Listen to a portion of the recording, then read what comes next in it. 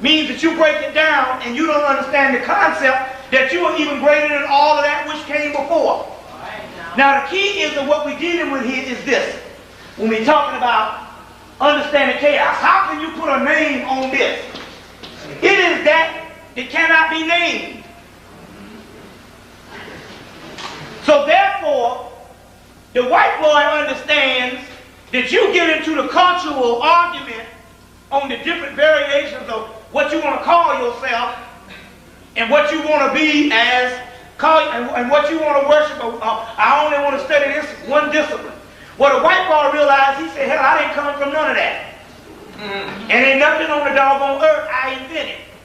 So therefore, I got to jump on all the people in the cultural baggages that separate themselves, arguing over who was first and what was this, and was it this group of black people, was it this group of black people, when you were unnameable and you got 1,000 different names of when you occupied the earth.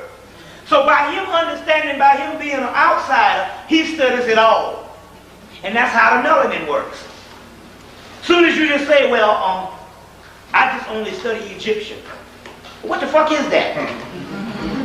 You automatically kill it. I just only study the Moorish thing. I just only study the Islamic thing. You automatically kill, which is melanin.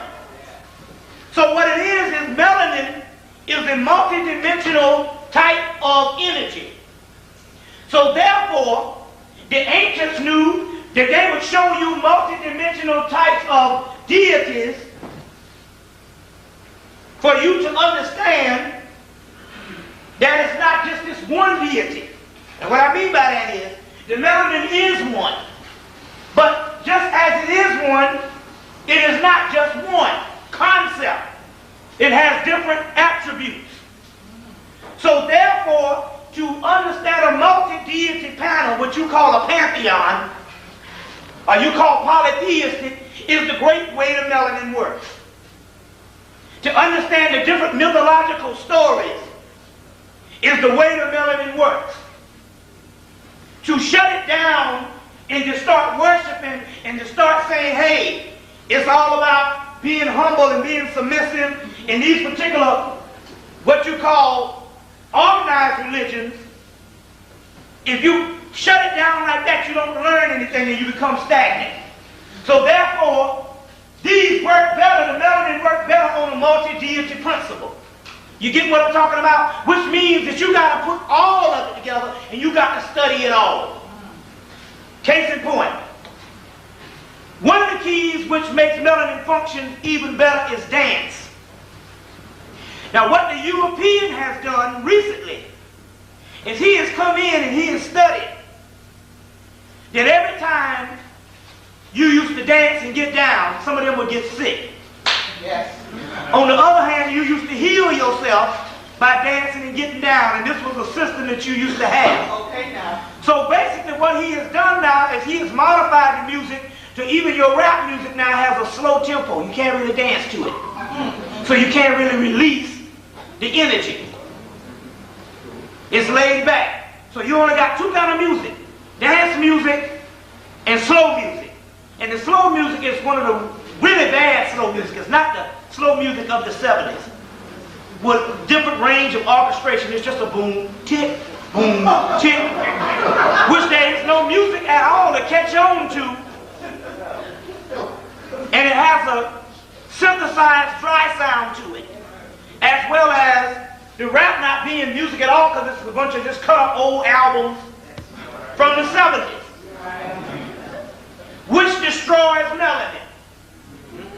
In the concept that you think that the shit is the voice of the ghetto, they have changed that in the last 2-3 years.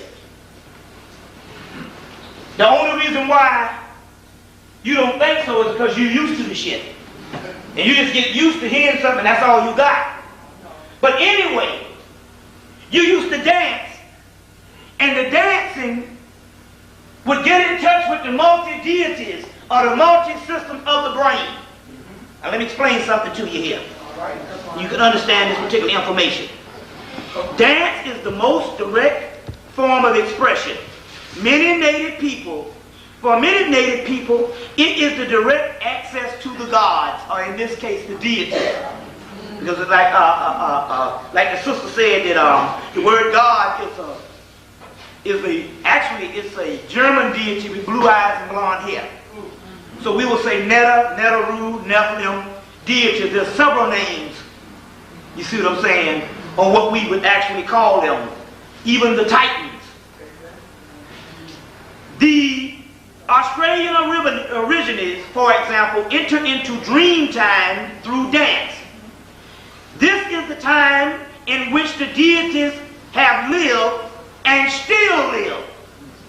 So you have a higher self, for the lack of a better word, that are the gods that they're actually talking about, are the deities that they're actually talking about. And they used to live, which means you used to live on a higher plane. To get back to that higher plane, you have to go back into dream time, because dreaming is reality. So therefore, in which they have created a world that still continues to do so. Through their dance, the dream time becomes the present.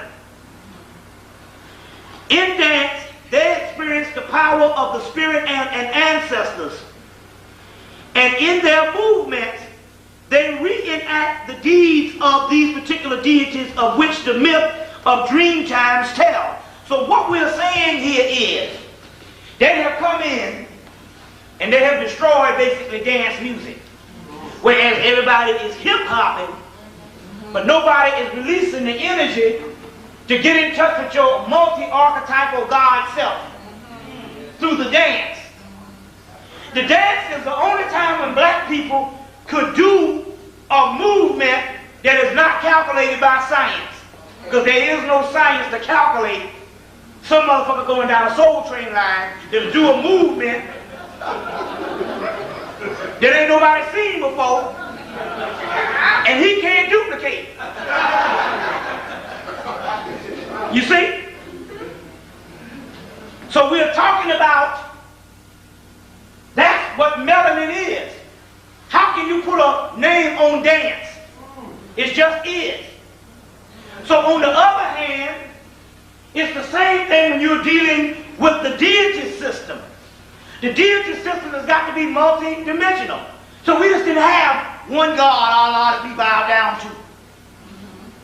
No, we had the 99 attributes of Allah that Muhammad knew about, and Muhammad knew about and actually told the people to worship the Allah thing, because Bilal was his motherfucking teacher that taught him all the shit he knew. And ain't no goddamn angel Gabriel came and whispered no shit in his ear that he didn't already know.